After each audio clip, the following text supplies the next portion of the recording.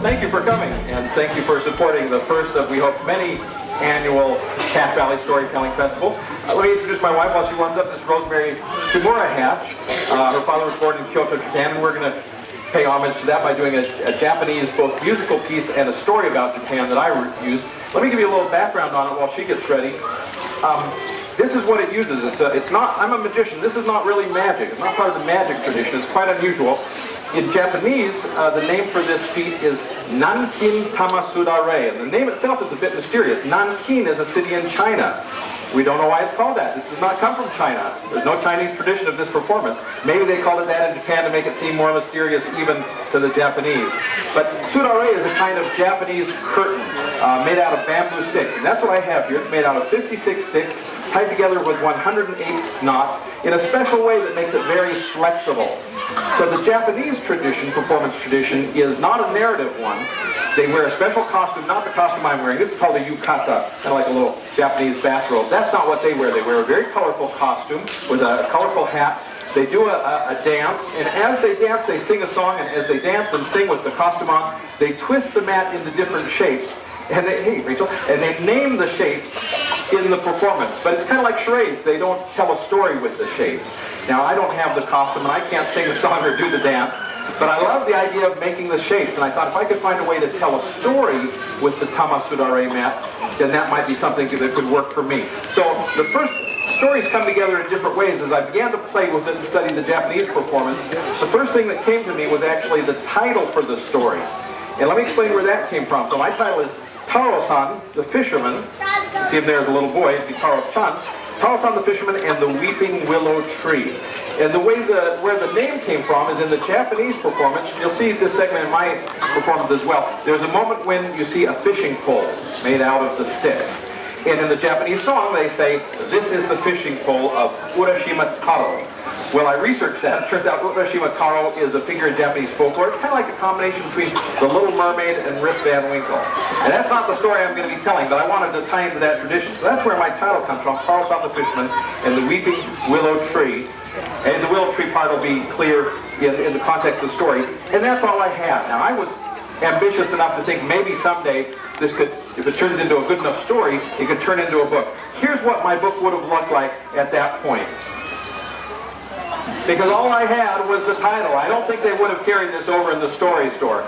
But as I played with the sticks and changed the way I played with them, a story began to take shape. Then Rosemary was kind enough to find some wonderful music by a Japanese composer, Michio Miyagi, a blind composer in the 20th century, and he has a piece, Haru no Umi, the Sea of Spring, which she suggested might work well for this piece. So, working with the music and the story, that changed the story to fit the music. Easier to change the story than to change the music.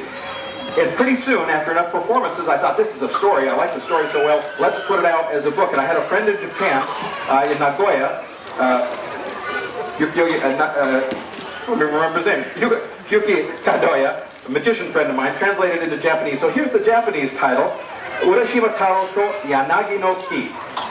And I thought he did a great job because it's in English on one side and Japanese on the other, but there seemed to be something missing. And the story store said they didn't want to carry it, even though it was a nice bilingual book. So I kind of scratched my head, and I had a friend in Hungary, Andras Balak, do this beautiful cover, and I thought, if I could get Andras to do the whole story, maybe the story store would carry it. And check it out, I think Andras did a terrific job. I'm kind of proud of how it turned out. So, check it out.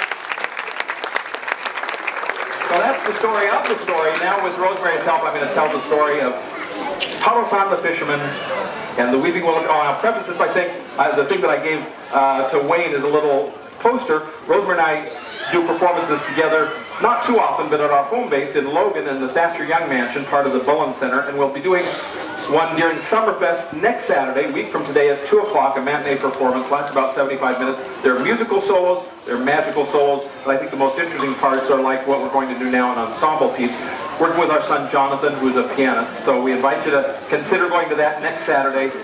Check the newspaper, go to our website, and we hope to see some of you there. But thank you for being here this evening. Taro-san the fisherman and the Weeping Willow Tree. When Taro-san was a little boy, he loved nothing more than to sit in the shade of a weeping willow tree on the bank of a river and fish all day long. Something about the way the branches of the willow tree rustled the water that seemed to attract the fish to the surface, making them very easy for Taro-san to catch.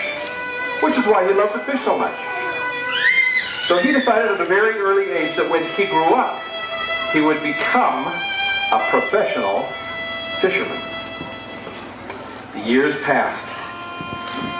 The day finally arrived. Taro-san bought himself a boat and set sail on the ocean, looking for a good place to cast out his net. He found a spot, he cast it out. It came back empty. He went to another spot, he cast it out again. Again, it came back empty. That happened all day the first day, all day the second day, the first week, the second week. Taro-san was getting very, very discouraged. He was almost ready to give up on his lifelong dream to be a professional fisherman, but before he did, he decided to make a voyage, a pilgrimage, to the sacred island of Miyajima off the eastern coast of Japan, home to some of Japan's largest and most sacred Shinto shrines. As he approached the island in the distance, he could see the roof of the largest shrine growing larger and larger as he got closer and closer. Before he could reach the harbor, though, he saw in the harbor the very famous Otori Gate that marks the entrance to the harbor, but before he could reach it, he had to sail his boat underneath the very long extension bridge that connects one side of the island to the other.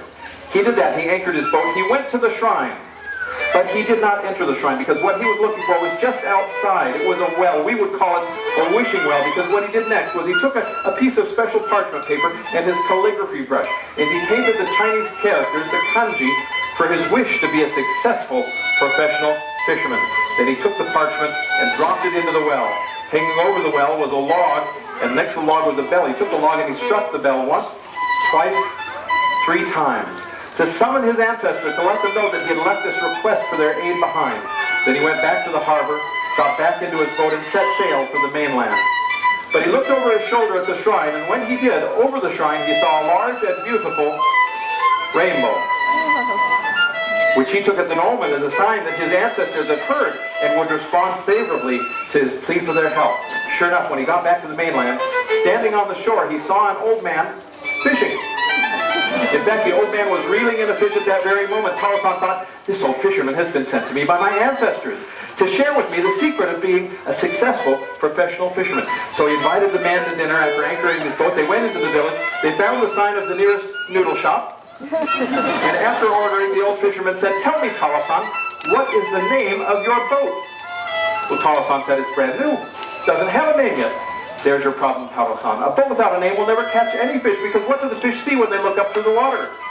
They see a fishing boat. That frightens them away. If you give your boat a name, it will transform what they see. If you give your boat a proper name, it will attract the fish to the boat, making them easy for you to catch. Instantly, Taro-san thought he had the perfect name for his boat. He rushed out to it, even though it was almost midnight, totally dark out. He took his calligraphy brush, and on the bow of the boat, he painted the 3 Chinese characters, the 3 kanji, for the name that he had decided upon, without even waiting for the paint to dry. Even though it was just after midnight, he got in the boat. He set sail for the east. He was so eager to get started. A few hours later, when he looked to the horizon to the east, he saw the sun rising in a clear blue sky. He took that as another omen, as a sign that this would be the perfect place for him to cast out his net for the very first time in his newly named boat. That's exactly what he did. And this time, unlike the many times before where his boat had always come back empty, this time when he reeled in his net, he found that it had in it the largest fish that he had ever caught. That turned out not to be a coincidence. In fact, that happened each and every time he cast out his net all day long. He was actually a little bit worried that at the end of the day, he might have trouble sailing his boat home because it was so heavily laden with the many fish that he had caught that day. But as he did sail it safely home, he decided to do something he'd heard about, read about, but never done himself. He decided to hang 2 special flags from the bow of his boat. One flag to honor his ancestors who he had felt had sent to him, the old fisherman. The other flag, of course, to honor the old fisherman who had shared with him the secret of giving his boat a special name. Now, I haven't told you the name he gave his boat, but maybe you can guess from the story. Do you remember how when he was a little boy, he would sit in the shade of the weeping willow tree on the bank of the river, and something about the way the branches of the willow tree rustled the water that would attract the fish to the boat, making them easy for Taro-san to catch. That's what he named his boat, so that now When the fish looked up through the water, they didn't see something that frightened them away. What they saw attracted them to the boat, made them easy for Taro-san to catch, made him a successful professional fisherman for the rest of his career, because to them, it now looked just like a weeping willow tree.